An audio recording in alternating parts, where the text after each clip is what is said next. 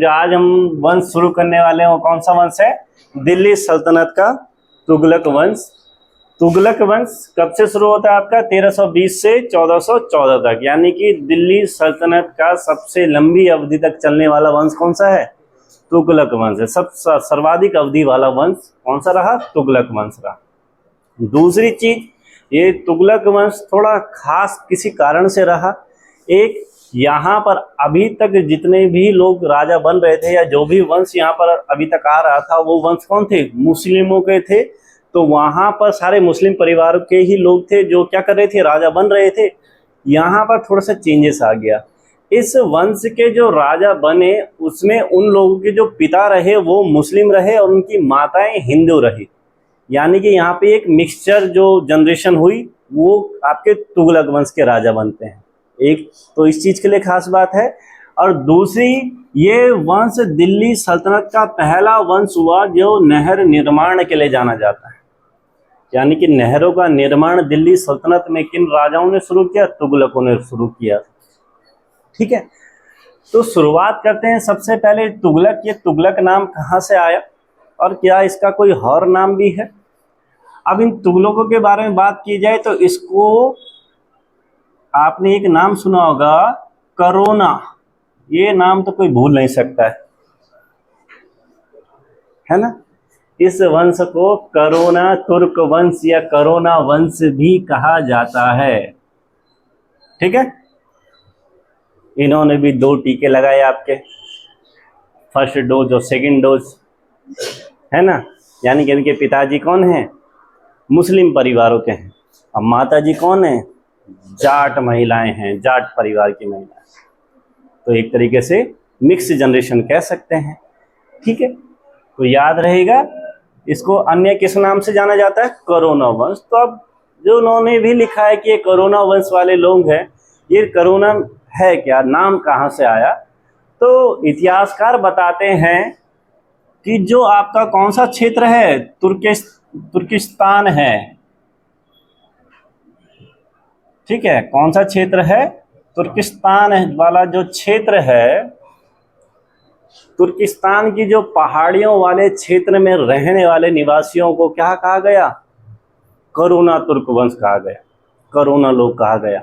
कुछ लोग ये मानते, यानी कि जो इनका क्षेत्र था ये कैसे स्थल में रहते थे? पहाड़ी स्थलों में। पहाड़ी स्थलों में यानी कि इनका जो शारीरिक बनावट वगैरह है या फिर पेशेंस लेवल है हाई होगा काफी। पहाड़ी क्षेत्रों में, टफ क्षेत्रों में रहते हैं। दूसरा ये बताते हैं कि भैया इनके करोना नाम जो पड़ा या तुगलक नाम जो करोना के जो बारे में जो ये बात कर रहे हैं कि भैया इनके पिता क्या है? तुर्क मुस्लिम हैं और माताएं हिंदू परिवारों से आती हैं। ठीक है, ये कारण बताए जाते हैं कि ये करोना लोग हैं कौन। ठीक है, तो अब ये इंपॉर्टेंट ऐसे पहाड़ी क्षेत्रों में रहने वाले, जब ये चीजें यहाँ पे बताई जा रही हैं कि पहाड़ी क्षेत्रों में रहने वाले, इसके अलावा इनके बारे में एक और चीज बताई जा रही है कि जब भी मंगोल आक्रमण हुए तो मंगोल आक्रमण के अभियानों का जो नेतृत्व किया हमेशा इन्होंने किया। बहुत बार मंगोलों को युद्ध करने से रोका इन्होंने, खदेड़ दिया, यानी कि एक लड़ाकू जाति के लोग हुए ये। तो यहां से एक नाम आया करोना। ठीक है, यहीं से नाम आया करोना वंश। तो ये इसको अन्य किस नाम से जाना जाता है? करोना वंश के नाम से जाना जाता है। तो इसी में एक व्यक्ति हुआ, क्या नाम था उनका? गयासुद्दीन तुगलक। गयासुद्दीन तुगलक। तो तुगलक वंश की दिल्ली सल्तनत में जिसने स्थापना की उनका नाम क्या रहता है? गयासुद्दीन तुगलक। अभी तो हमने जाना तुगलक थे कौन, कहाँ से इनका संबंध बताया गया है। नेक्स्ट क्या है कि भैया इसका संस्थापक दिल्ली सल्तनत में किसने तुगलक वंश की नींव रखी? उनका नाम क्या रहता है? गयासुद्दीन तुगलक, जिन्होंने तुगलक वंश की स्थापना की और 1320 से लेकर 1325 तक इन्होंने क्या किया था? शासन किया था। अब गयासुद्दीन तुगलक कौन थे? इनके कामों को जानने से पहले ये पढ़ लेते। तो इनके पिता तुर्क मुस्लिम, माता जाट परिवार से आती थी। तो कोई साधारण परिवार के ही लोग थे। इनके पिता बलबन के क्या रहते हैं? दास रहते हैं। तो साधारण परिवार से ही आते हैं, लेकिन नेतृत्व का गुण बड़ा अच्छा था, युद्ध करने का कौशल इनके अंदर बड़ा अच्छा था। तो अलाउद्दीन खिलजी के टाइम पे जो मंगोल आक्रमण हुए उन मंगोल आक्रमणों को इन्होंने विफल किया। तो योग्यता थी इनके अंदर। योग्यता थी। तो एक सैनिक से धीरे धीरे आगे बढ़ते हुए अलाउद्दीन खिलजी ने इनको क्या कर दिया था, दीपालपुर, कौन सी जगह, दीपालपुर का राज्यपाल बना दिया। ये बनाने वाला कौन था इन्हें, अलाउद्दीन खिलजी था। यानी कि अब इनकी जो गिनती होने लगी वो श्रेष्ठ या कुलीन या अमीर लोगों में होने लगी। और इनके टाइम पे कहते हैं इन्होंने टोटल 29 बार, कितने बार, 29 टाइम्स, 29 बार मंगोल आक्रमण को क्या किया था, विफल किया। कितने बार, 29 बार मंगोल आक्रमण को क्या किया, विफल किया। यानी कि भैया रहे होंगे तेज तर्रार खतरनाक आदमी रहे होंगे। इसीलिए अलाउद्दीन खिलजी या बाद में इनको जो नाम दिया गया या जिस नाम से जाने गए, इनको एक नाम मिला क्या, मलिक गाजी या गाजी मलिक। इनका नाम क्या फेमस हुआ, गाजी मलिक। गाजी मलिक के नाम से नहीं जाना जाता है। अब गाजी मलिक का मतलब होता क्या है, काफिरों का घातक। यानी कि हमेशा इन्होंने क्या किया, मंगोलों को आक्रमण करने से रोका। काफिर ही कहा जाता है जो बाहर के लोग हैं। काफिर, काफिर का मतलब क्या होता है, जो अल्लाह को नहीं मानते, उसे उन्हें काफिर कहा जाता है। जैसे आप लोग, आप भी सारे काफिर ही, ठीक है। मैं नहीं कह रहा हूं, ये उस थ्योरी के हिसाब से, ठीक है। मेरे लिए तो आप देवता तुल्य लोग हो। आप में मुझे छोटे छोटे भगवान नजर आते हैं, बरा अवतार, मत्स्य अवतार, कछुआ अवतार, नरसिंह अवतार भी आता है जिनकी दाढ़ी बड़ी बड़ी है। तुम्हें मुझ में देखना है तो देख लो, बात अलग है। उसके आगे के नहीं आते, ठीक है। राम अवतार वो नहीं, शुरुआत वाले मुझे लगता है। चलिए ठीक है। तो गाजी मलिक का मतलब क्या हो गया, काफिरों का घातक। ये उपाधि कब मिलती है, जब मंगोल आक्रमण को विफल करते हैं। तो जैसी बात है कि अलाउद्दीन खिलजी के टाइम तक एक ठीक ठाक स्तर के इंसान बन चुके थे। अलाउद्दीन खिलजी जब मरता है तब उसके बाद राजा कौन बने, मुबारक खिलजी राजा बने। उसके टाइम पर भी इनकी जो स्थिति रही वो ठीक रही। लेकिन समस्या कहाँ से पैदा होना शुरू हुआ, जो खिलजी वंश का अंतिम शासक हुआ, नाम क्या था, खुसरो। खुसरो, खुसरो। अब इन खुसरो से थोड़ी सी तनातनी बढ़ने लगी इनकी, क्योंकि ये कैसे मुस्लिम हैं, माताएं हिंदू हैं। तो जो प्रॉपर मुस्लिम है थोड़े बहुत चिड़न मस्ती है। दूसरी चीज, जो खुसरो था वो मुस्लिम नहीं था, वो बाद में मुस्लिम बना। और ये भाई साहब हैं कट्टर सुन्नी, ये कट्टर सुन्नी हैं, और वो थोड़े से बाद में बने हुए मुस्लिम हैं। तो थोड़ा चिड़न तो होती ही है। अब खुसरो खुद में इतना मजबूत शासक तो नहीं कहा जा सकता है, तो बहुत लोगों ने उसे लूटना शुरू किया। रीजन क्या था, उसने क्या किया, षड्यंत्र करना शुरू कर दिया। तो बहुत षड्यंत्र किया आपके गयासुद्दीन तुगलक के विरोध में, लेकिन इनका कुछ बिगाड़ नहीं पाए, अपनी स्थिति को मजबूत कर चुके थे। खुसरो खां के साथ एक समस्या थी कि उसके संबंध जरूर गयासुद्दीन तुगलक से बिगड़े हुए थे, लेकिन इसका बेटा जूना खां, जिसे आप आगे किस नाम से जानोगे, मोहम्मद बिन तुगलक के नाम से जानोगे, ये दिल्ली में ही रहता था। और खुसरो खां ने क्या नाम दे रखा था, तुरंगों का स्वामी। मतलब बड़ा टैलेंटेड आदमी है, तो पास में ही रहा। ये पता नहीं था कि पास में रहने वाला व्यक्ति क्या कर देगा, मेरे खिलाफ विरोध कर देगा। तो पिता ने अपनी बेटे की मदद से युद्ध छेड़ दिया दिल्ली में, जिस वजह से ये मारा गया, ठीक है। तो गयासुद्दीन तुगलक इस तरीके से राजा बना। अब जैसे ही राजा बनता है तो देखो, एक तो समस्या ये थी कि ये भी वृद्ध आदमी था, बूढ़ा आदमी था। लेकिन ये जलालुद्दीन खिलजी के तरह नहीं था, दिमागदार व्यक्ति था। कोई भी काम करेगा परामर्श से करता था। तो सबसे पहले जब आप नए वंश की शुरुआत करते हो तो आपके लिए चैलेंज होता है कि आप जनता पर अपना विश्वास कैसे बनाएं, अपने विश्वास पे कैसे खरे उतरें कि लोगों को आप पे भरोसा हो। ये सबसे बड़ा चैलेंज होता है, वो भी खासकर किसके लिए, जो नया वंश स्थापित कर रहा है, क्योंकि जनता किसी और के हिसाब से ढल चुकी है। तो इनके लिए भाई मेन समस्या जो रही सबसे पहले वो क्या रही कि पहले अपनी डोमेस्टिक पॉलिसी यानी गृह नीति को ठीक किया जाए, यानी कि किसानों को परेशान ना किया जाए। दूसरा, विदेश नीति के लिए क्या क्या काम किया जाए। इसलिए हम इनके कालों को दो भागों में पढ़ते हैं, एक इनकी गृह नीति होती है और एक इनकी क्या होती है, विदेश नीति। तो गृह नीति के चलते जो सबसे पहले इन्होंने काम किया कि यानी कि जब से सबसे पहले क्या काम करते हैं ये लोग, ये सारे अधिकारियों को बुला लेते हैं अपने पास, परामर्श किया, सबको बुला लिया और सारे अधिकारियों की सैलरी बढ़ा दी। उसका रीजन क्या था कि ताकि अब देखो अधिकारी है, राजा ने अधिकारी को बोला है कि इतना टैक्स लेना है, अधिकारी और ज्यादा लेगा अपनी कमाई के लिए, और उसका अंतिम बोझ किस पे पड़ेगा, किसानों पे पड़ेगा। तो इन्होंने बोला भैया देखो, कर बढ़ाओ तब जब जरूरत हो, अगर आपको राजकोष ही भरना है तो करों को एक धीरे धीरे तरीके से बढ़ाइए, और जिससे क्या होगा कि भाई किसानों के पास आय होगी तो ज़्यादा से ज़्यादा खेती करेंगे। अब आप उन पे क्या करोगे, कर बढ़ाओगे तो कौन किसान है जो ज़्यादा खेती करेगा। तो इन्होंने क्या कहा कि किसानों पर कोई बंदिशें नहीं लगनी चाहिए, कोई किसान ऋण चुका ना पाए तो भी जेल नहीं जाना चाहिए। इनकी फिलॉसफी ये थी कि कर न देने के कारण किसी व्यक्ति को मृत्युदंड देना उचित नहीं है, इसलिए अधिकारी की सैलरी बढ़ा दी, तुम्हें सैलरी मैं ठीक ठाक दे रहा हूँ। किसान अच्छा काम करने लगे, अधिकारियों को टाइट कर दिया इन भाई साहब ने। दूसरी चीज कि खुसरो जो खिलजी है उसके टाइम पर जितनी भी धन की लूट हुई तो इन्होंने बोला कि भाई राजकोष तो थोड़ा बहुत भरना ही है, तो उन्होंने देखना शुरू किया कि भैया जो खुसरो खां के जो लोग सपोर्टर थे उनको इन्होंने निकाल दिया, बाकी पूरे राज्य के जितने भी अमीर लोग रहे उनकी जमीनें इन्होंने बरकरार रखी, और अलाउद्दीन खिलजी ने जिन जिन की जमीनें छीनी थी उनकी जमीनें उनको वापस भी लौटा दी ताकि अमीर लोग भी इनकी तरफ आ सकें। तो ये मैनेजमेंट इन्होंने किया। दूसरा कि किन किन लोगों को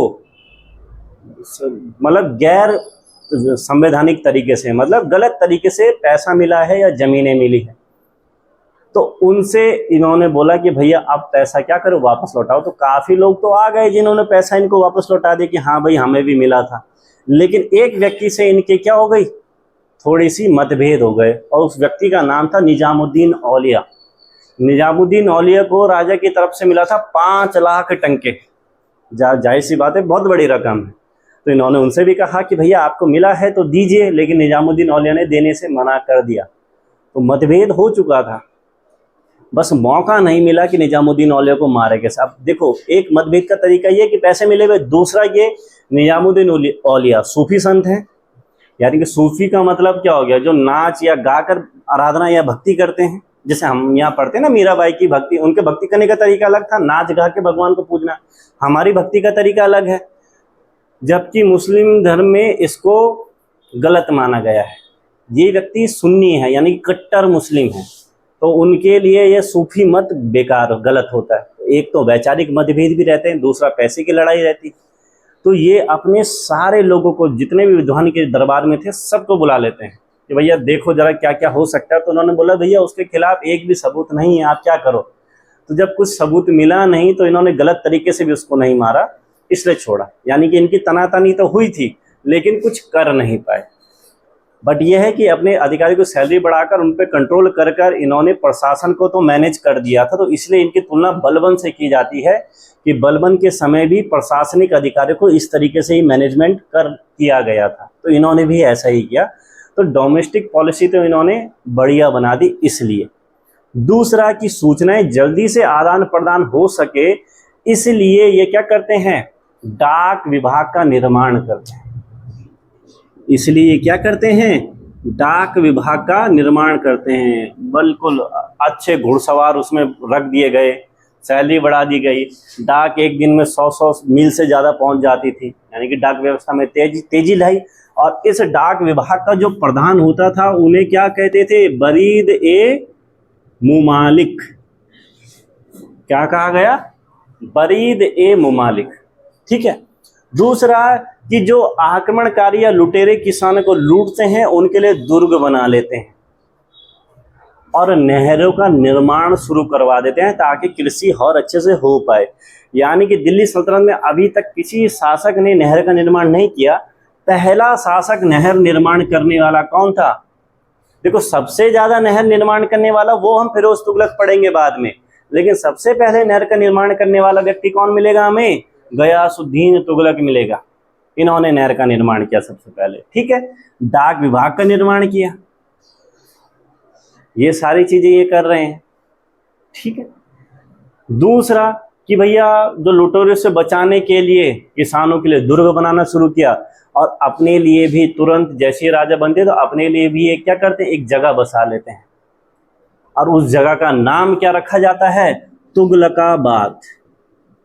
अब ये तुगलकाबाद सुना होगा आपने, दिल्ली में ही है। तो उस तुगलकाबाद को बसाने का श्रेय या उस नगर को बनाने का श्रेय भी किसे जाता है? ठीक है, इसे तुगलक शैली या रोमन शैली भी कहते हैं। कि किस शैली में बना था? रोमन शैली या तुगलक शैली में। तो जाहिर सी बात है, ये नगर उन्होंने बसाया तो यहाँ पे भी किले का निर्माण किया होगा इन्होंने। तो यहाँ पर जो किला बना है, इस किले को क्या कहते हैं? 56 कोट का किला। 56 कोट का किला कहा जाता है। ये सारी चीजें उनके गृह नीति का हिस्सा है, यानी कि पहला विदेशी अभियान या दूसरे राज्य में अभियान से पहले उन्होंने ये सारी चीजें कर ली थी। अब विदेश नीति के लिए जो कहा जाता है,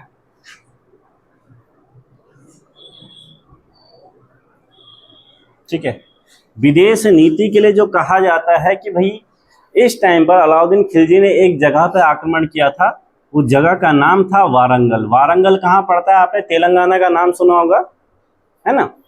तो वहाँ वारंगल राज्य था। और यहाँ पर वारंगल में कौन सा वंश था? काकतीय वंश। कौन सा वंश रहता है? काकतीय वंश। और यहाँ पर राजा थे प्रताप रुद्र देव,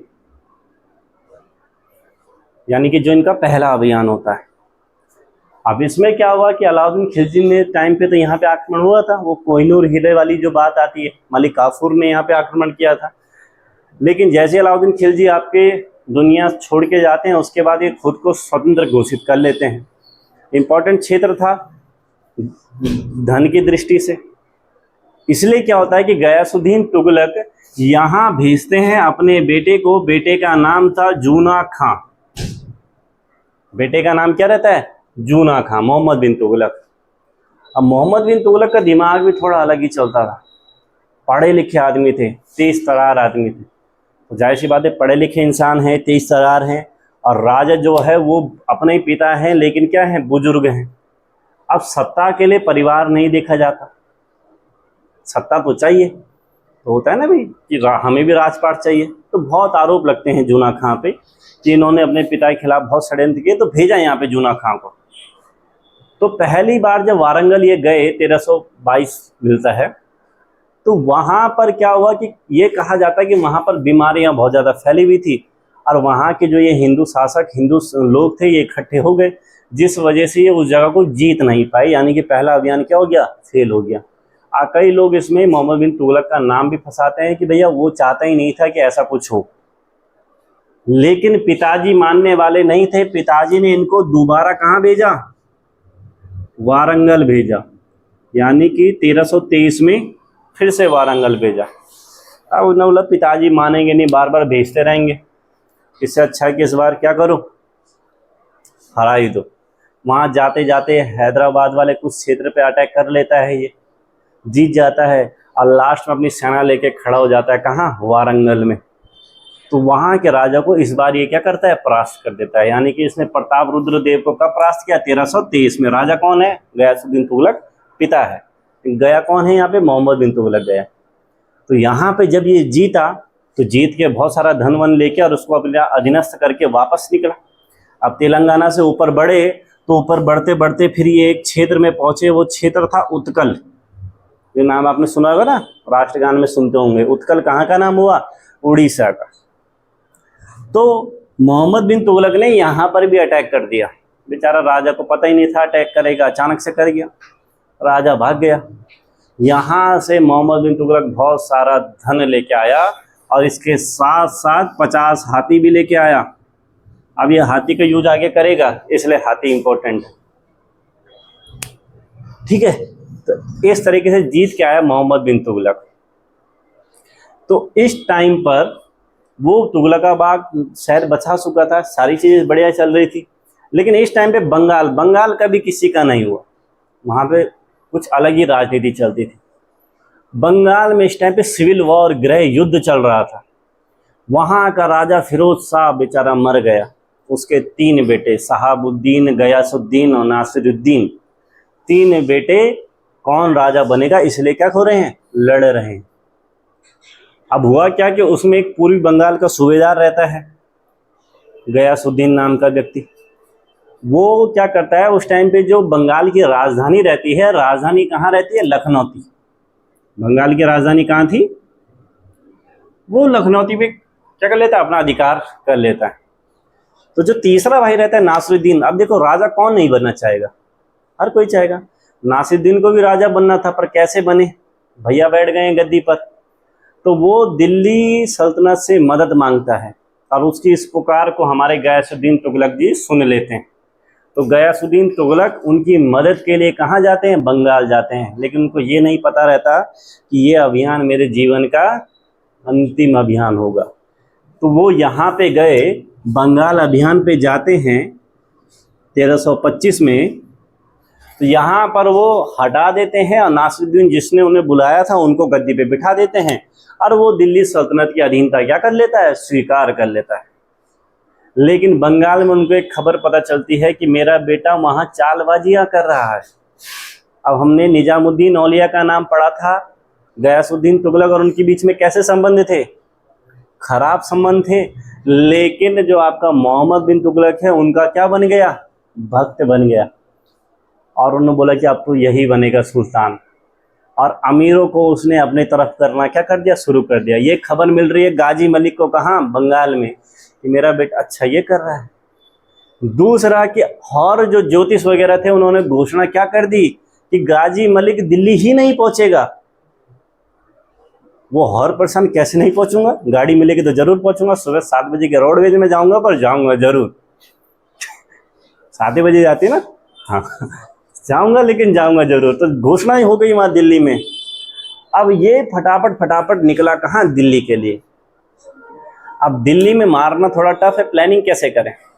तो मोहम्मद बिन तुगलक ने एक व्यक्ति जिनका नाम था अहमद अय्याज, क्या नाम रहता है? अहमद अय्याज, इनको एक भवन बनाने का ठेका दिया। यानी कि इन्होंने दिल्ली से थोड़ा दूर जगह पड़ती है अफगानपुर, जहां पर एक भवन बनाया। भवन ही बनाया किसका? लकड़ी का। तो उस भवन का निर्माण अय्याज अहमद ने किया। अब इस भवन को इस तरीके से डिजाइन किया गया कि इसमें अगर किसी खास जगह में ज्यादा बल लग जाए तो भवन टूट जाए। ठीक है, तो बल लगाने के लिए वो हाथी लेके आया ही था। तो यहाँ पर मोहम्मद बिन तुगलक अपने पिता का क्या करता है? स्वागत करता है कि पिताजी आप थक गए होंगे, चलो खाना पीना खाते हैं, मैं वहाँ से हाथी लेके आया हूँ आपके लिए। पिताजी खुश कि बेटा हाथी लेके आया। पिताजी बोले चलो खाना खाते हैं। मोहम्मद बिन तुगलक कहता है कि पिताजी हाथी हैं, जरा थोड़ा डांस देखोगे हाथी का, बड़े अच्छे अच्छे लगते हैं हाथी। चलो देखते हैं। तो हाथी जो जगह बनाई रखी थी कि यहाँ पे अगर प्रेशर पड़ेगा तो महल क्या हो जाएगा? टूट जाएगा। बस हाथियों ने थोड़ा सा कच्चा बादाम पक्का बादाम किया और जिस जगह पे करना था, और वो महल क्या होगी? तख्तिमा टूट गया महल। मोहम्मद बिन तुगलक तो तब उनको तो पता है टूटेगा, तो वो तो अपना क्या हो गए? निकल गए। पिताजी क्या हो गए? पिताजी की थिचवाणी बन गई। थिचवाणी समझो, इतना बड़ा महल गिरेगा तो थिचवाणी बनेगी। अब पिताजी के साथ उनका एक और प्रिय पुत्र था महमूद।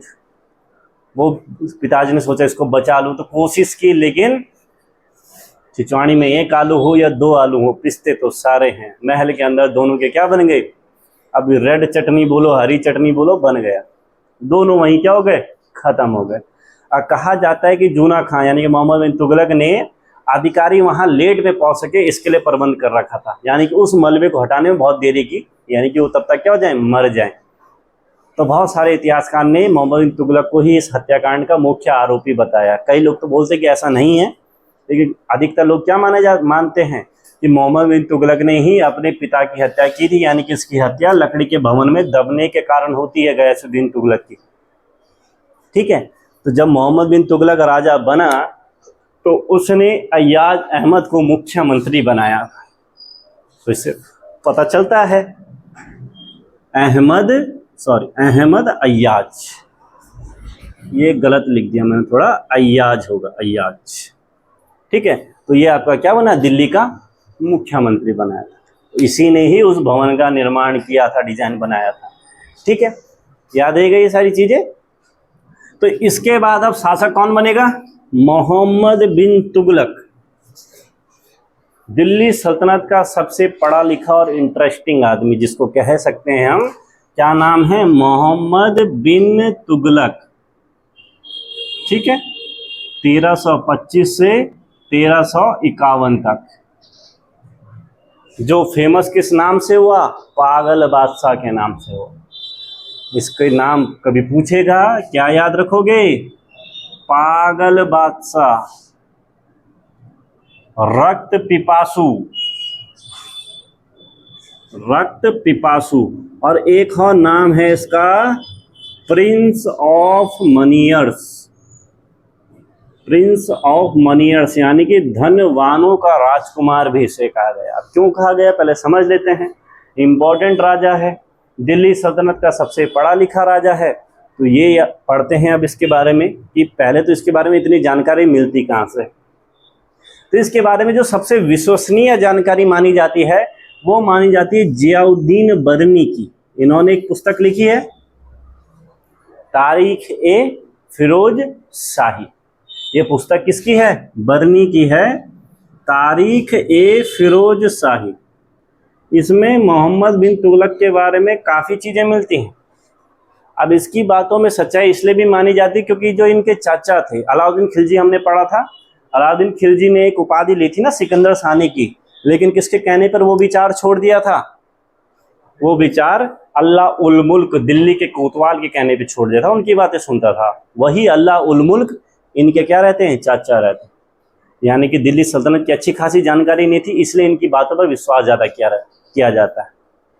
दूसरा, आपने एक नाम सुना होगा, इब्न बतूता। इब्न बतूता, ठीक है, याद रहेगा, इब्न बतूता। अब इब्न बतूता कहाँ के रहने वाले थे, थोड़ा जान लेते हैं इनके बारे में भी। इब्न बतूता रहने वाले कहाँ के हैं? मोरक्को, अफ्रीका महाद्वीप में पड़ता है। ठीक है, अफ्रीका महाद्वीप में पड़ता है। इब्न बतूता का जो देश था कौन सा? मोरक्को। 1304 में यहाँ पर क्या होता है? इनका जन्म होता है। तो 21 साल की अवस्था में इन्होंने घूमना फिरना शुरू कर दिया था। अब घूमना फिरना शुरू किया तो उसी घूमने के क्रम में ये 1333 में कहाँ पहुँच गए? आपके सिंध के क्षेत्र में पहुँच गए। कहाँ पहुँचे ये? सिंध में। देखो, भारत में 1333 में आ गए थे सिंध, लेकिन मोहम्मद बिन तुगलक से नहीं मिले थे। मोहम्मद बिन तुगलक से जो इनकी मुलाकात होती है वो कब होती है? 1334 में। यानी कि दिल्ली में जो ये आए, यानी कि मोहम्मद बिन तुगलक से जो इनका मुलाकात का समय था कब रहा? 1334 में मिले थे। और उसके बाद कितने साल भारत में रहे? 8 साल। तो जब ये दिल्ली में आए तो इनका स्वागत करते हैं मोहम्मद बिन तुगलक, और इनको 6000 टंके देते हैं, और साथ में कुछ गांव देते हैं। 3 गांव इनको देते हैं, जिन गांवों की जो आय होती थी वो 5000 टंके होती थी। और कुछ हिंदू दास भी इनको क्या किए थे? दे दिए थे। और साथ में उन्होंने इनको क्या किया था? दिल्ली का काजी नियुक्त कर दिया था। दिल्ली का काजी किसको बनाया? ठीक है, दिल्ली का काजी बनाया। ठीक है, ये याद रखना। उसके अलावा इनको, जब इन पे थोड़ा सा ज़्यादा भरोसा, ये लिखता भी इनके बारे में काफ़ी कुछ, तो कहते हैं कि जो 1342 में जो आपके कौन हुए? MBT यानी कि मोहम्मद बिन तुगलक हुए, उन्होंने इन्हें चीन के एक शासक थे तोगन तिमुर, इनके दरबार में भेजा था राजदूत के रूप में। 1342 में इनको तोगन तिमुर के दरबार में भेजा था चीन, मोहम्मद बिन तुगलक ने। ठीक है, 8 साल रहने के बाद ये वहाँ से वापस चले गए। अब उसके बाद उन्होंने जितनी भी अपनी यात्राएं की, उन यात्राओं का वर्णन उन्होंने अपनी एक किताब में किया। यानी कि उन्होंने सारी यात्राओं को क्या किया? संकलन किया। और उस किताब का नाम क्या है? ठीक है, तो इन्होंने जितनी भी अपनी यात्राएं की उस यात्रा का जो वर्णन किया अपनी किताब में किया, उसका नाम था तौफत उल नुजरिफ गरायत इल अमसर। अपना यात्रा वृतांत उन्होंने किस बुक में लिखा? इस बुक में लिखा। और इसी बुक को आप कहोगे रेहला। तो आपको जो याद रखना है और ये नाम याद रखना, शॉर्ट नेम में ज़्यादा हम विश्वास करते हैं ना। तो इनका यात्रा वृतांत क्या नाम से? रेहला, जिनको संकलन करने में थोड़ा सा समय लगा।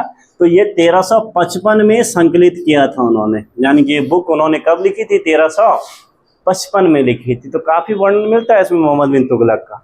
तो ये किताब उन्होंने लिखी थी तौफत उल नुजरिफ, ठीक है, गरायत इल अमसर, यानी कि रेहला जिसको कह रहे हैं। तो ये बुक लिखी। तो अब आपके जो ये बरनी हुए और आपके कौन होते हैं? इब्न बतूता जी होते हैं। इन्होंने ही इनके बारे में काफ़ी जानकारी दी कि क्यों इनके ऐसे नाम पड़े। अब किसी को अगर आप पागल कह रहे हैं तो इसका मतलब आपने कुछ ना कुछ तो ऐसा किया होगा, ऐसे तो नहीं कहेंगे।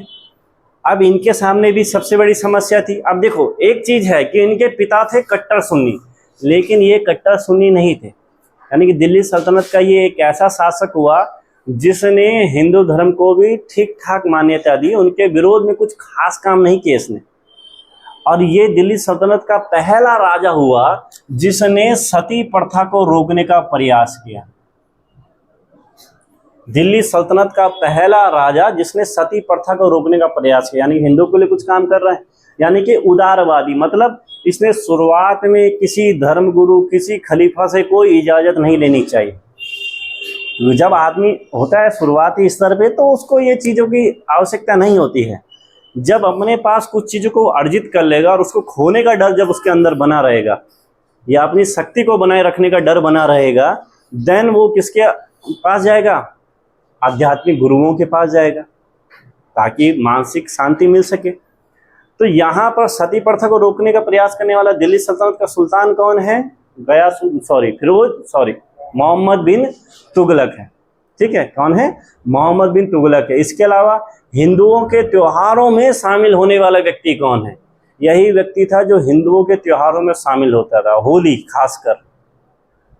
ठीक है, अब होली में आदमी शामिल हो या ना हो, लोग करवा ही लेते हैं। क्या करना है, बाल्टी तो फेंकनी, हो गया होली मना ली, गोबर उठा के मार दिया तो लो हैप्पी होली, बुरा मत मानो।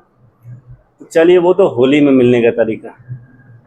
तो इसने सबसे पहले क्या किया, अपने गृह नीति को चलाने के लिए इसने बोला जो जो भी हिसाब किताब होता है, जहाँ भी जो करता है, सारे रजिस्टर मेरे पास भेजो। पढ़ा लिखा तो है, सारे मेरे पास भेजो। उससे अधिकारी सकते में तो आएंगे ही कि अब तो हिसाब मांगा जा रहा है। तो रजिस्टर इसने मंगा दिए अधिकारी को ठीक ठाक करने के लिए। तो वो चीज़ें तो ठीक हुई। तो इसने बोला कि यार पैसे तो चलो बढ़ाने पड़ेंगे, अब पैसा तो हर किसी को अच्छा लगता है। तो इसने बोला अब थोड़ा करों में वृद्धि की जाए। तो इसने एक क्षेत्र को सेलेक्ट किया। क्षेत्र था दोआब। दोआब यानी कि गंगा और यमुना के बीच का जो क्षेत्र है। दोआब क्षेत्र जाहिर सी बात है उपजाऊ होगा, नदी के बीच का क्षेत्र है। तो दोआब में इसने क्या किया, करों की वृद्धि कर ली। अब कर के साथ साथ इसने उपकर भी लगा दिए, यानी कि सेस जिन्हें कहते हैं। अब उपकर क्या होता है, जब करों पर भी कर आरोपित किया जाता है उसे उपकर कहते हैं। मतलब कि भैया आप पर खेती पर तो कर लग ही रहा है, लेकिन आप जो जंगलों से चीज़ें प्राप्त कर रहे हो उस पर भी कर लग गया। उन खेतों में मकान है उस पर भी कर लग रहा है। भाई उस जमीन पे कर लग चुका है खेती की ज़मीन पर, अब उसमें मकान पे भी अलग सा कर है। ये कर पे ऊपर एक और कर है, ये हो गया सेस या उपकर इसको कहते हैं। इसने क्या किया, इस दोआब वाले क्षेत्रों में कर बढ़ा दिया और अधिकारी क्या हो गए, कर लेने के लिए कोई रियायत देने को तैयार नहीं थे। इसकी प्लानिंग अच्छी होती थी, लेकिन उसको रेगुलेट कैसे करना है वो हमेशा गड़बड़ होता था। उसके लिए अच्छे अधिकारी चाहिए, वो हमेशा गड़बड़ होते थे। भाई एक प्लानिंग को आप तभी फॉलो करवा सकते हैं जब उसको लागू करवाने लोग सही हैं। तो इसमें दोआब में कर वृद्धि कर दी, टैक्स बढ़ गया, उपकर भी बढ़ गए। अब इस वजह से क्या हो गया कि भैया इसने रियायतें भी देना बंद, ना नहर बना रहा है ना कुछ कर रहा है। अब किसान इस वजह से परेशान। और जब इसने दोआब में कर वृद्धि की, उस टाइम पे अकाल पड़ा हुआ था, यानी कि जब किसानों को सहूलियत देनी थी इसने उन पे करों की वृद्धि कर दी गई। इस वजह से जो थोड़े बहुत धनवान लोग भी थे वो भी गरीब बन गए। अब गरीब बन गए इस वजह से उनको अपनी जगहें छोड़नी पड़ी, तो वो जगह छोड़ रहे थे, इसको गुस्सा आ गया, इसने बल का प्रयोग करके उनको रुकवाया। तो यानी कि जो इसने दोआब में कर वृद्धि की, ये काम क्या हो गया, फेल हो गया।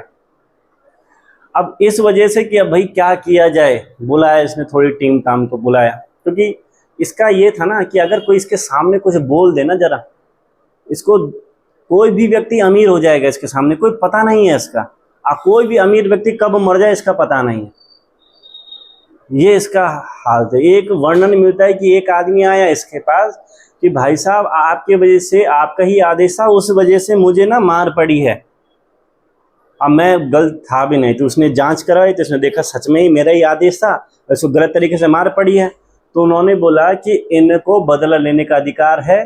तो उन्होंने बोला किसने आदेश दिया था, राजा जी आपने अधिकार दिया था, आदेश दिया था, तो 21 कोड़े मारो। तो उसको भी मौका मिला, उसने मोहम्मद बिन तुगलक को ही फड़का दिया, 21 कोड़े मार दिए। ऐसा राजा है।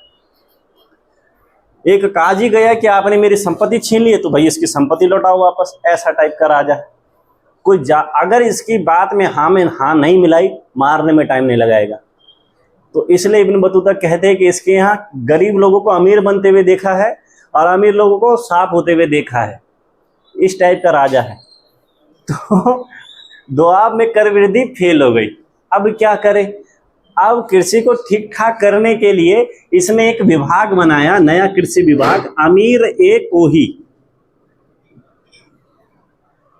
ए कोही नाम का इसने क्या कर दिया, एक विभाग बना दिया।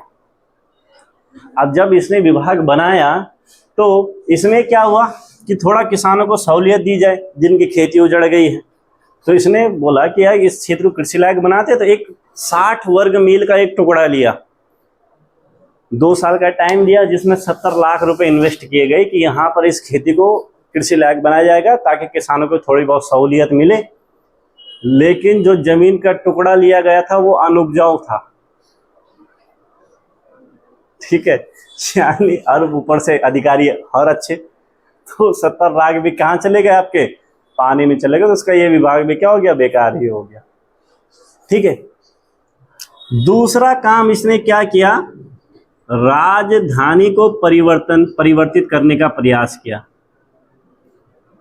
इसने काम क्या किया, राजधानी परिवर्तित की। अब देखो राजधानी परिवर्तित करने के पीछे इसका विचार क्या था कि दिल्ली, इसके टाइम पर दिल्ली सल्तनत का जो सर्वाधिक विस्तार था वो इसी के टाइम पे था। इसके टाइम पे 23 प्रांत थे इसके अंतर्गत। अब दिल्ली कोने में पड़ रहा है, तो इसने सोचा क्यों ना राजधानी सेंटर में लेके जाए ताकि जो ये विरोध वगैरह होते हैं सबको मैनेज किया जा सके। ऊपर से जो ये मंगोल लोग आक्रमण करते हैं, बार बार आंख दिखाते रहते हैं हमें, तो मंगोलों के लिए दिल्ली पास है इसलिए दिखाते हैं। अब हम दूर लेके जाएंगे तब मंगोलों से भी बचा जा सकेगा। तो इसलिए इसने सोचा कि मैं राजधानी अब क्या करूंगा, अपनी दिल्ली से देवगिरी लेके जाऊंगा। कहाँ लेके जाऊंगा, दिल्ली से देवगिरी, और इसका नाम क्या रख दिया, दौलताबाद रख दिया। देवगिरी का नाम क्या रख दिया, दौलताबाद रख दिया। अब देवगिरी ऐसी जगह थी जहाँ सबसे ज्यादा जिहादी लोग रहते थे। जिहादी का मतलब समझ रहे हो, विरोध करने वाले लोग रहते थे ज्यादा। ये कभी भी सगा नहीं हो पाया। यहाँ राजा राजधानी ले जाना चाहता था, नाम रख दिया उसको दौलताबाद। तो दौलताबाद के लिए बड़ी बड़ी रोडें बनाई गई, रोडों के किनारे पेड़ वेड़ बनाए गए ताकि लोगों को अच्छा लगे हम अच्छी जगह जा रहे हैं। फिर आया वो दिन जिस दिन राजधानी परिवर्तित करनी थी। अब दिल्ली डेवलप्ड जगह है, इतने सालों से दिल्ली का विकास हो जा रहा है। अब कौन व्यक्ति वहाँ को छोड़ के कहीं और जाना चाहेगा, तो भैया उसने अपनी सारी पूंजी, अपना सारा जीवन जिस जगह पे काटा है, नहीं छोड़ा जा सकता इतनी आसानी से। तो जब इसने देखा लोग संकोच कर रहे हैं तो इसने आदेश दे दिया। इसके बारे में वर्णन मिलता है कि अंधे आदमी को भी ले जा रहे हैं उठा के, घसीट के, ठीक है, जो अपाहिज है उसको बेड पे उठा के ले जा रहे हैं, कुत्ते बिल्ली तक को दिल्ली में नहीं छोड़ रहे हैं, सबको ये दौलताबाद ले गया। अब इतने दूर जाना, अब राजा को तो उठाने वाले बहुत सारे ना, लोग तो पैदल जाएंगे अपना सामान लेके। आप खुद सोचो ना, आपके एक हाथ में अपना फ्रिज है, एक में बेड है, आगे झाड़ू पकड़ रखा है, सोचो क्या हाल होंगे आपके। अब ऊपर से याद आ रही है कि अरे, है ना, तो दिक्कत हो गई। तो आधे लोग तो दौलताबाद पहुंचने से पहले क्या हो जाते हैं, मर जाते हैं। बहुत लोग मारे गए। दौलताबाद पहुंचा यानी कि देवगिरी पहुंचा, आसपास अधिकतर हिंदू साम्राज्य हैं, विरोध करने वाले बहुत ज़्यादा हैं, तो लोगों को थोड़ा रास नहीं आया। राजा को भी लग गया कि यार गलत हो गया। उसने आदेश दिया, ना चलो वापस चलो। अब जो बड़ी मुश्किल से दौलताबाद तक पहुंचे थे, अब फिर उठाओ अपना बेड, फिर उठाओ अपना फ्रिज, चलो वापस दिल्ली। तो जो बचे कुचे भी थे वो दिल्ली आते आते मतलब इतने सालों से बसी बसाई दिल्ली का उजाड़ कर दिया इसने। यानी कि इसका ये फैसला भी क्या हुआ,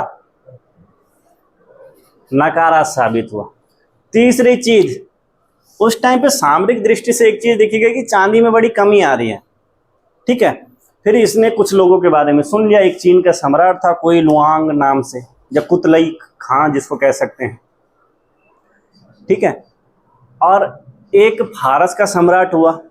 इन लोगों ने अपने यहाँ सांकेतिक मुद्रा चलाई थी। सांकेतिक मुद्रा के मतलब समझते हैं आप? जो अभी मुद्रा यूज कर रहे हो, आपके पास जो नोट है 2000 का, आपको ये पता है ये 2000 का नोट है, लेकिन मान लीजिए कभी कोई व्यक्ति आके बोल दे कि कल से नोट नहीं चलेगा, ऐसा हुआ है ना, नोट नहीं चलेगा, तो अगले दिन उस नोट की वैल्यू क्या है? कुछ भी नहीं, वो एक सिर्फ कागज का टुकड़ा है, और उस कागज के टुकड़े की वैल्यू 2000 या 1000 नहीं है। या आप जो आज 2000 का नोट यूज कर रहे हो, अगर वो बंद हो जाए तो आप बेच के दिखाओ उसे, उसी की जगह पे आपके पास 2000 रुपये का सोना होता। अब नोट या मुद्रा बंद भी हो जाए, वो सोना सोना ही रहेगा, उसके मूल्य मूल्य ही रहेगा। आप आज भी सांकेतिक मुद्रा ही समझ सकते हैं, उसको मान रखा ना आपने, ये 10 का नोट है, 20 का नोट आपने माना है ना, इस तरीके से व्यापार चल रहा है। लेकिन जब सरकार इस चीज़ को लागू करती है, इसके लिए एक तंत्र बनाती है कि कौन इस नोट को छापेगा, और कोई गलत नोटों को छापते हुए पकड़ा गया मतलब तो उस पर कार्यवाही होगी। तो पूरा तंत्र है, तभी व्यवस्था चल रही है। इसने बोला कि चांदी की कमी को पूरा करने के लिए हम भी क्या करते हैं, तांबे की सांकेतिक मुद्रा चलाते हैं, यानी कि तांबे को चांदी मान लिया जाएगा। लेकिन उसके लिए प्रबंध कि कौन छापेगा, नहीं। और लोगों को पता चला चांदी, और लोग घर में बैठ गए अपना तांबे के सिक्के बनाने में, और हर आदमी अपनी बड़े बड़े चीज़ें ले आया। अब मान लीजिए ना कि सरकार ने मान लीजिए कि नोट छापे हैं, अब पता चला कि आपके पास 10,000 रुपये हैं जो नकली नोट हैं। अब आपने तो मेहनत करने के बाद, जॉब करने के बाद आपको पैसा मिला, आपने तो कमाए हैं। अब सरकार अगर उन ब्लैक नोटों को, ब्लैक मनी को अपने पास रखना चाहेगी, तो आपको तो 10,000 देने पड़ेंगे। यानी कि सरकार का अपना 10,000 गया, और वो 10,000 किसी काम का नहीं है। ऐसे में क्या होता है, चीज़ों का मूल्य बढ़ जाता है। भाई सबके पास पैसा आ जाएगा, उससे क्या होगा, सबका मूल्य बढ़ जाएगा चीज़ों का, और सरकार को सही पैसे की भरपाई करते करते सारा कोष खाली हो जाएगा। इसलिए जो यहाँ के लोगों का बाहर व्यापार होता था, व्यापार बंद हो गया। वो बोले तुम नकली नकली पकड़ा रहे हो सारी चीज़ें, व्यापार बंद हो गया। राजा बोले ये भाई क्या हुई, मतलब क्या हो गया, ये ऐसा अचानक से क्या हो गया, ऐसा व्यापार खत्म। तो राजा ने फटाफट आदेश दिया कि ना भैया इन मुद्राओं को बंद कराओ। घर में बैठा हुआ एक आदमी भी लगा हुआ है सिक्के छापने में, आज ही अमीर बनूंगा, आज सर परीक्षा वाणी बाद में पढ़ूंगा, 2-3 सिक्के बना लेता हूं मैं, ठीक है। तो फिर बाकी उसका राजकोष किस लिए खाली हो गया, उन सिक्कों की भरपाई करने में। यानी कि इसका ये फैसला, यानी कि याद रखना, सांकेतिक मुद्रा का प्रचलन किसने किया,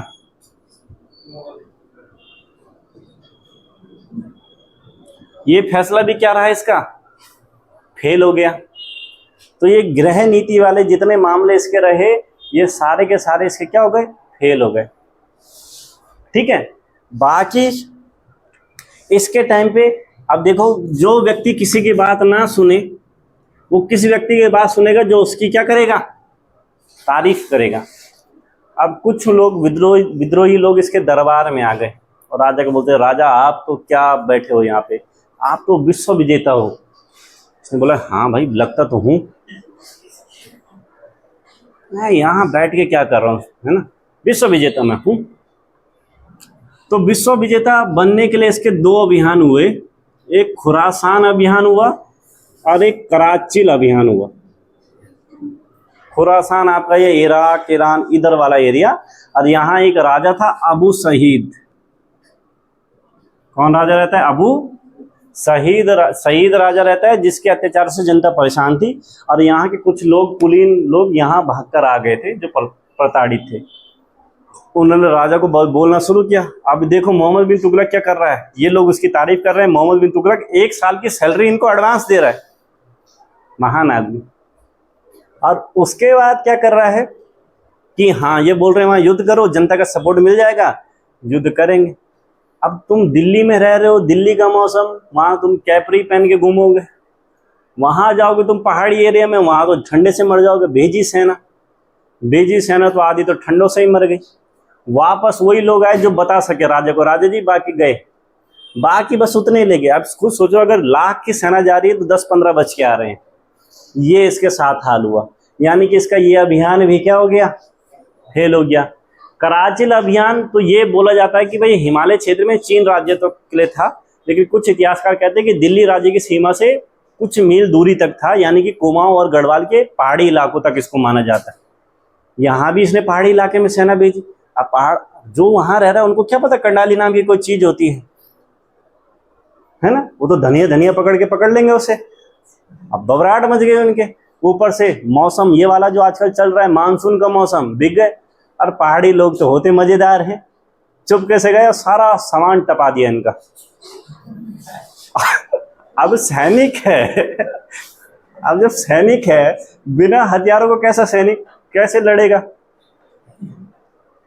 भरोसा रखो खुद पे, कपड़े तक नहीं छोड़े होंगे इनके पास। ऊपर से मानसून है, बारिश हो रही है, कोपलाहट तो होगी ना। अब गीली कंडाली जब लगती है तो आदमी घबराता भी खूब है। खुद सोच सकते हैं आप, बुरे हाल हो गए। वहां से भी कुछ नहीं है, यानी कुल मिला के इसके जो दोनों अभियान है वो कैसे रहे, फेल रहे। इसीलिए इसको पागल बादशाह कह रहे हैं। अब क्योंकि इसके जो भी चीजें सब विफल हुई। अब जब इतना नुकसान, इतना सेना जारी है, इतना पैसा उन पे लग रहा है, तो जाहिर सी बात है कि भैया धनकोष खाली होगा। अब परेशान, अब यानी कि आप एक बहुत अच्छी पोस्ट पे गए, अच्छा क्षेत्र आपके पास था, लेकिन आपके कुछ कारणों के चलते सारा काम फेल हो गया। अब आप डर गए कि भगवान मैं कैसे करूं। तब आप किसके प्रति झुकोगे, बाबा या धार्मिक गुरुओं के प्रति थोड़ा सा, ताकि मानसिक शांति के लिए झुकता है आदमी इस तरफ, या धार्मिक रूप से क्यों कन्वर्ट होता है, इसीलिए तो कन्वर्ट होता है कि डर ज्यादा हो जाता है। अब इसने बोला कि चलो अब हम खलीफा से मान्यता लेते हैं। अभी तक बिल्कुल कोई बात नहीं चलने देता था उनकी, इसलिए खलीफा से मान्यता ली उन्होंने। खलीफा ने इनके यहाँ एक राजदूत भेजा, सईद सरसरी नाम था उनका, उनको भेजा। तो अब सोचो ना इनका भक्ति भाव कितना बढ़ गया है कि उन्होंने राजदूत भेजा, उस राजदूत से ये नंगे पैर मिलने जा रहे हैं, बस अभी तुम ही हो, बचा लो। लेकिन उससे कहाँ बात बनने वाली थी। तो इसकी इस कमजोरी का लाभ उठाकर ही विरोध हुए। तो सर्वाधिक सल्तनत काल में सर्वाधिक विरोध भी इसी के टाइम पे हुए थे, 22 बार। सर्वाधिक विरोध जो सल्तनत काल में हुए वो इसी के टाइम पे हुए थे। कितने बार हुए थे, 22 बार हुए थे। ठीक है, सारे तो नहीं पढ़ेंगे, जो इंपॉर्टेंट है वही पढ़ते हैं। ठीक है, सबसे ज्यादा विरोध इसके टाइम पे हुए। तो जो सबसे पहला विरोध हुआ वो इसी के भाई ने ही किया था, जिसका नाम था अली गुरसास्प।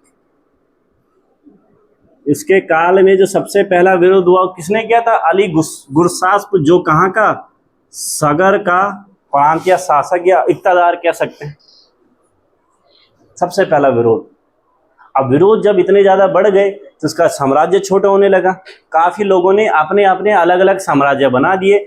इसी वजह से 1336 में विजयनगर साम्राज्य की स्थापना हो गई। भाई आप बड़े व्यक्ति के सामने तभी आंख उठा सकते हो जब आपको लगे वो कमजोर है। तो विजयनगर साम्राज्य, हरिहर और बुक्का नाम के व्यक्तियों ने विजयनगर साम्राज्य की स्थापना की, इसी के काल में की।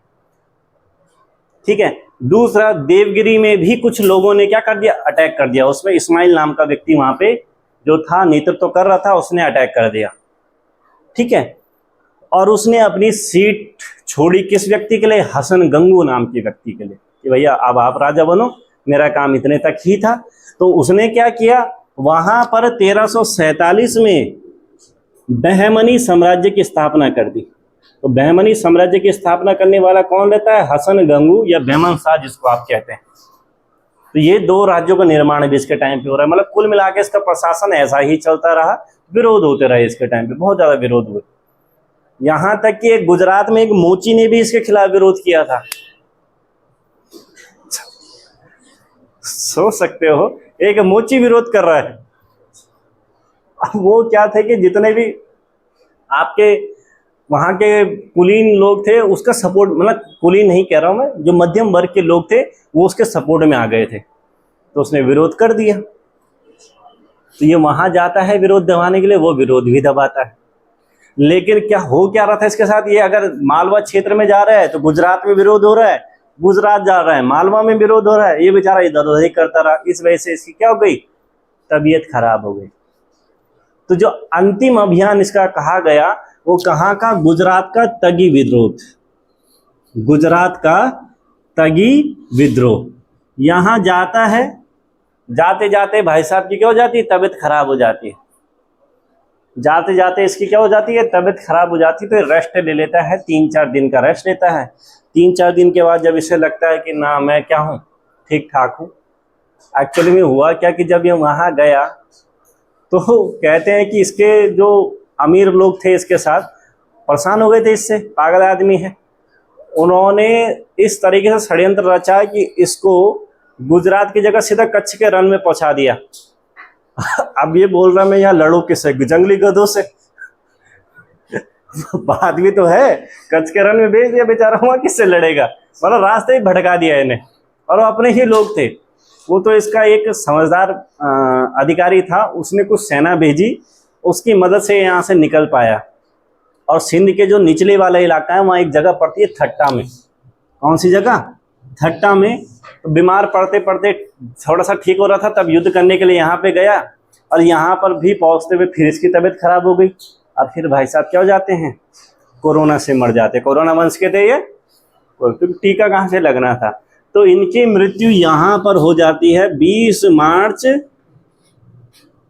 1351 को। मोहम्मद बिन तुगलक क्या हो जाते हैं, खत्म हो जाते हैं। और इनकी मृत्यु पर बदायूनी क्या लिखते हैं कि आखिरकार जनता को राजा से और राजा को जनता से क्या मिल गई, मुक्ति मिल गई। ये लिखा किसने, बदायूनी ने।